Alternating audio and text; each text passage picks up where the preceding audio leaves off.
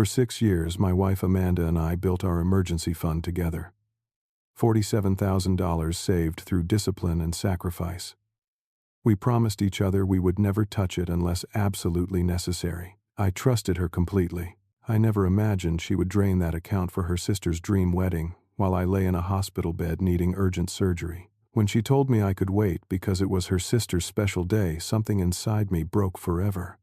Before we dive into this story, let me know where you are watching from today. Drop your location in the comments below. If you enjoy stories about standing up for yourself and finding justice, hit that like button and subscribe to the channel. Stay until the end to see how I turned the tables on everyone who betrayed me, right from my hospital bed. Now let me take you back to where it all began. I met Amanda 8 years ago at a small coffee shop in Portland, Oregon.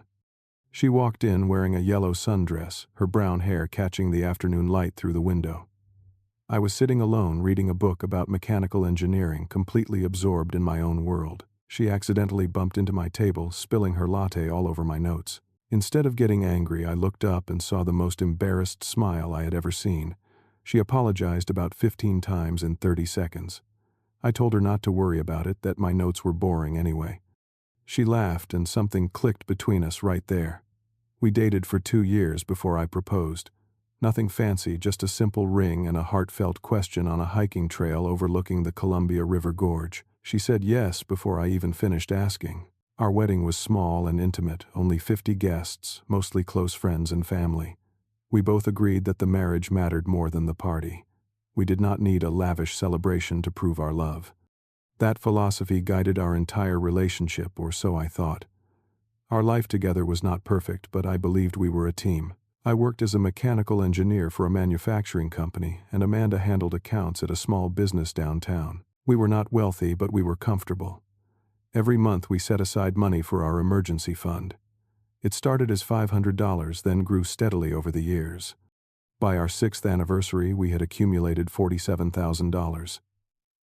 That money represented security, peace of mind, and our shared commitment to building a stable future together. I remember the pride I felt every time I checked that account balance.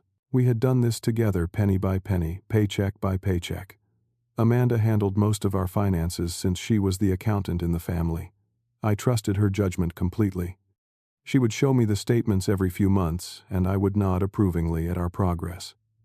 Looking back now, I realize I should have paid closer attention. But when you love someone, you do not expect them to betray that trust.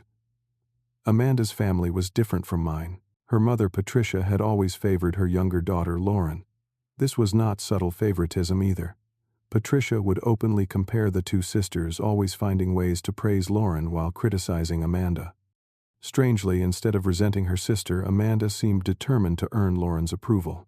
She would buy Lauren expensive gifts, lend her money without question, and always prioritize Lauren's needs over our own plans. Lauren was 28 years old, but acted like she was 18. She worked as a receptionist at a dental office, but spent money like she was a surgeon. Designer handbags, spa weekends, the latest phone every year. Whenever she ran short, she would call Amanda with some sob story, and Amanda would transfer money without hesitation. I mentioned this pattern several times, but Amanda always defended her sister. She would say that Lauren was family, that she could not just abandon her. I let it go because I did not want to create tension in our marriage. Then, Lauren met Derek. He was a sales representative for a pharmaceutical company, pleasant enough but not exactly ambitious. They dated for 2 years before he proposed with a modest ring. Lauren immediately started planning the wedding of her dreams. She showed Amanda magazine clippings of celebrity weddings, designer gowns that cost more than my car, and venues that looked like royal palaces. Her budget, $80,000. Derek could contribute maybe $15,000 at most. Where the rest would come from was anyone's guess. About 3 months before the wedding, I started experiencing sharp pains in my abdomen. At first, I dismissed it as indigestion or stress from work. I popped some antacids and pushed through. The pain would come and go, sometimes waking me up at night. Amanda noticed I was uncomfortable but did not seem overly concerned. She was too busy with Lauren's wedding preparations, constantly on the phone discussing flower arrangements and seating charts. Around the same time, I noticed Amanda becoming secretive about her phone. She would step outside to take calls, explaining they were just wedding discussions that would bore me. I found myself checking our bank statements less frequently because Amanda assured me everything was fine. One evening I accidentally saw a text notification on her phone from Lauren. It read, "Sis, I need another $5,000 for the dress upgrade, please." When I asked Amanda about it, she dismissed it casually, saying Lauren was just calculating costs, not actually asking for money. I believed her because I had no reason not to. The pain in my abdomen grew worse over the following weeks. I started losing my appetite and feeling fatigued. My colleagues noticed I looked pale, but I kept insisting I was fine. I had projects to complete, deadlines to meet. I could not afford to slow down. Besides, I reasoned it was probably nothing serious. Just stress manifesting physically. I promised myself I would see a doctor after the current project wrapped up. 6 weeks before Lauren's scheduled wedding, my body finally gave out. I was in the middle of a meeting at work when a pain unlike anything I had ever felt ripped through my abdomen. I doubled over, knocking papers off the conference table. My vision blurred, and the last thing I remember was my colleague Tom shouting my name before everything went black. I woke up in the emergency room with bright lights burning my eyes and unfamiliar beeping sounds surrounding me. A nurse told me I had collapsed and that my coworkers had called an ambulance. Dr. Harrison, a stern-looking man in his 50s, came to deliver the diagnosis. I had severe gallstones, and one of them had caused a dangerous blockage in my bile duct. Without surgery within the next 2 weeks, I risked a life-threatening infection. The procedure itself was relatively straightforward, but the hospital costs, medications, and recovery time would add up. After insurance, I was looking at approximately $12,000 out of pocket. I called Amanda immediately. My hands were shaking as I held the phone to my ear. When she answered, I explained the situation as calmly as I could. There was a pause on her end longer than I expected. She said she would come right away. 4 hours later, she finally walked into my hospital room. I had been watching the clock, growing more anxious with each passing minute. When Amanda sat beside my bed, she seemed distracted. Her eyes kept darting to her phone. I asked her to check our emergency fund so we could start preparing for the surgery costs. Her face went pale. She looked down at her hands, avoiding my eyes.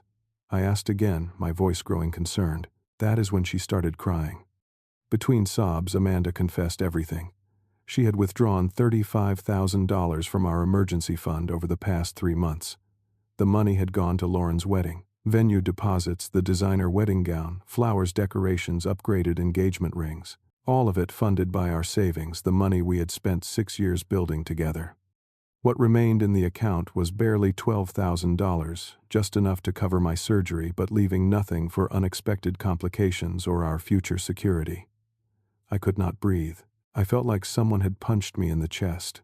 I asked her why she had not told me, why she had not asked for my input.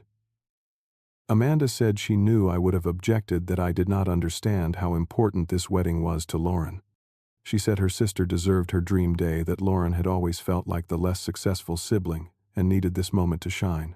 I asked Amanda the question that would change everything. What about me? I was lying in a hospital bed facing emergency surgery. Did my health not matter? Did our future not matter? Her response shattered me.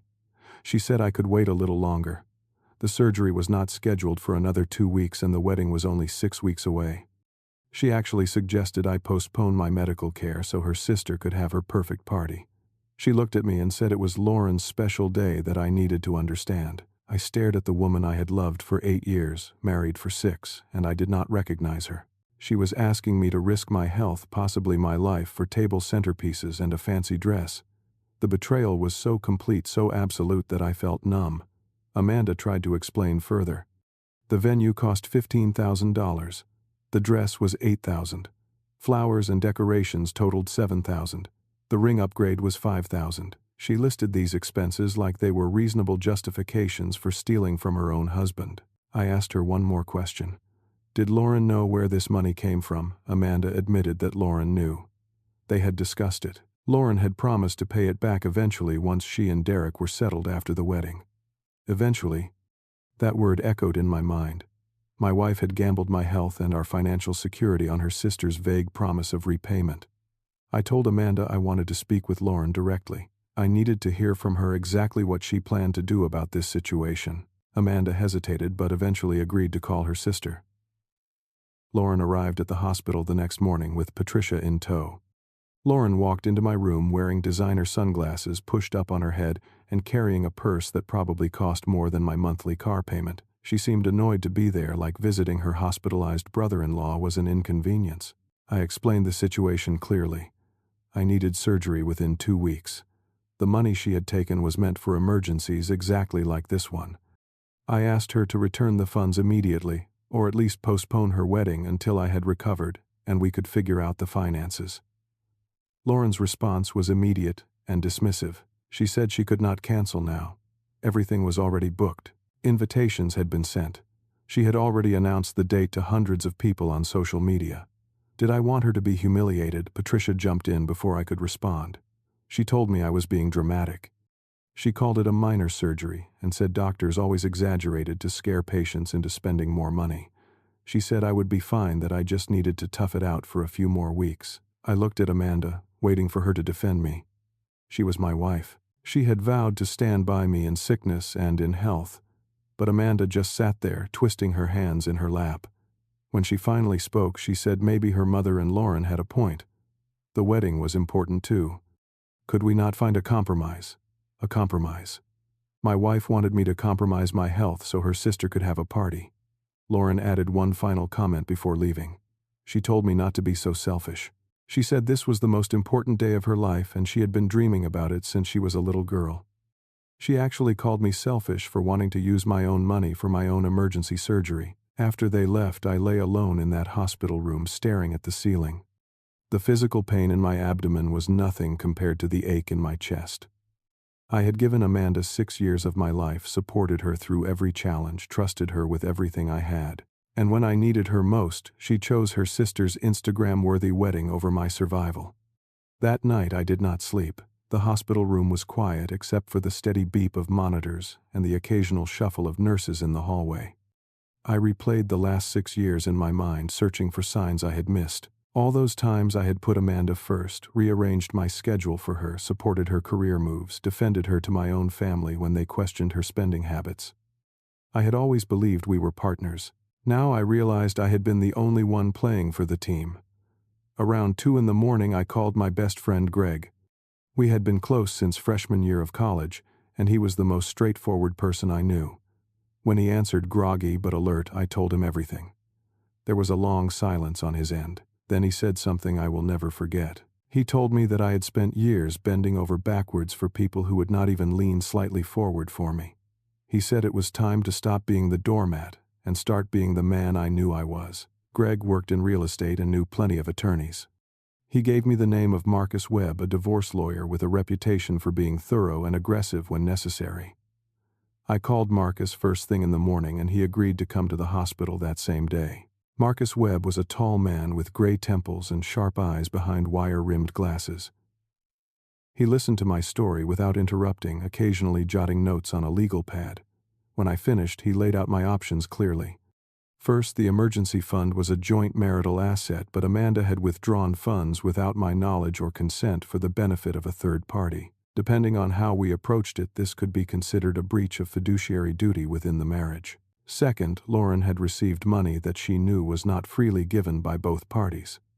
Marcus believed we had grounds for a civil suit to recover the funds. Third, if I wanted a divorce, Marcus could file immediately and request an equitable distribution of remaining assets. I did not hesitate. I told Marcus to file for divorce and to send Lauren a formal demand letter requiring repayment of $35,000 within 7 days. If she failed to comply, we would pursue litigation. Marcus had the papers drawn up within hours.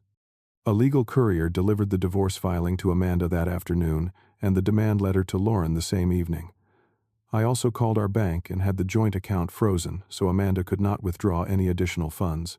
The next morning, I used the remaining $12,000 to schedule my surgery. Dr. Harrison performed the procedure 3 days later. The operation went smoothly, and I woke up in the recovery room feeling physically lighter even though my personal life was in ruins. While I was in the hospital recovering, the chaos I had set in motion began to unfold. Amanda received the divorce papers and apparently broke down completely. She called my phone dozens of times, leaving voicemails that ranged from tearful apologies to angry accusations. I did not respond to any of them. I had said everything I needed to say through my lawyer. Lauren's reaction to the demand letter was panic. She called Derek immediately, and that was when he learned the truth. Apparently, Lauren had told him the wedding was being funded by generous family gifts. He had no idea his fiancée had been accepting stolen money from her sister's emergency fund. Derek confronted Lauren, and she eventually admitted everything. Greg visited me in the hospital and filled me in on the fallout. Derek was furious. He told Lauren he could not marry someone who had lied to him so consistently about something so fundamental. He announced he was postponing the wedding indefinitely while he reconsidered their entire relationship. Lauren, of course, blamed me. She told anyone who would listen that I had destroyed her life, that I was a vindictive monster who could not stand to see her happy. She conveniently left out the part where she had spent $35,000 of my emergency fund on her party while I was facing surgery. Patricia called my hospital room directly. She screamed at me for 15 minutes, calling me every name imaginable. She said I was tearing the family apart, that I was cruel and heartless. I waited for her to finish, then responded calmly. I told her that the money was mine, that I needed it to live, and that I was simply protecting my legal rights. Then I hung up. 2 weeks after my surgery, I was well enough to participate in the legal proceedings. Lauren could not repay the $35,000. She did not have the money, and neither did Derek, who had already withdrawn his financial support for the wedding. The vendors started calling, demanding payment for services already rendered or deposits already spent. The venue canceled the contract due to non-payment. The bridal shop held the $8,000 dress hostage until the remaining balance was paid. The dream wedding collapsed like a house of cards. Lauren posted a tearful video on social media announcing the cancellation, painting herself as the victim of circumstances beyond her control. She received sympathy from strangers who did not know the real story, but everyone who mattered knew the truth. Derek took a week to think things over.